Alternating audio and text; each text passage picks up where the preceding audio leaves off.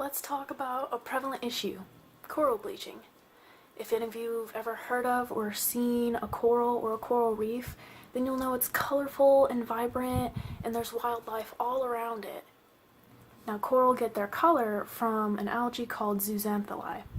Zooxanthellae live in the tissues of many organisms, from corals to jellyfish to mollusks.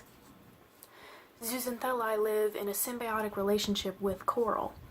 The coral provides a home for the algae, and the algae provides nutrients and food for the coral. However, symbiotic relationships can be subject to outside stress. If these conditions become too hostile, the algae could leave the coral or even die. Without the algae, the coral becomes colorless or bleached. In this state, coral are vulnerable and susceptible to diseases, and that not only affects them, it affects the wildlife that depend on them, like lobsters that need a safe place to molt, or whales and dolphins that depend on the fish that depend on the coral, or sea turtles that depend on the sponges that grow in the coral. There are many things that cause coral bleaching, the number one being increased water temperature in the ocean due to global climate change. Much of the heat from global climate change is absorbed by the ocean, and all too often, coral can't adapt to the prolonged high temperatures that they're exposed to. But that's not the only cause.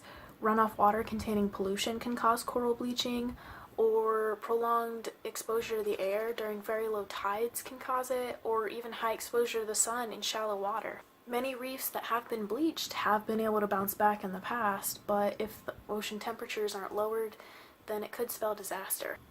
Some direct things that you could do are trying to educate others on the dangers of coral bleaching, or trying to stay away from the corals or keep them undisturbed if you're snorkeling near them. Some simple things that could be done every day to prevent coral bleaching could be walking or biking in place of driving somewhere, or keeping harmful pesticides and fertilizers away from your lawn, or even keeping litter away from the beaches and ocean. Coral bleaching is not a death sentence, and it is a reversible process, so we have to take care and take precautions to keep them from bleaching.